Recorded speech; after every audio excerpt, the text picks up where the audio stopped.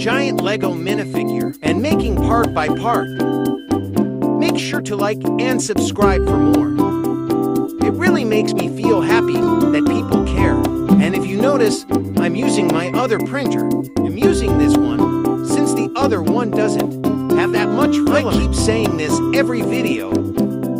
I'm sorry I can't post much. I'm focusing on school. Taking him out.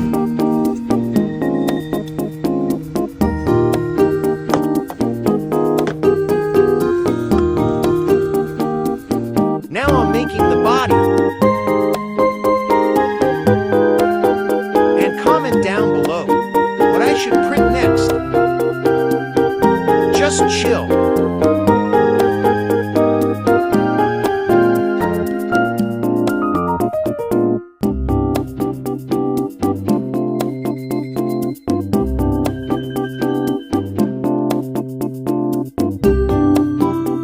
Body finished.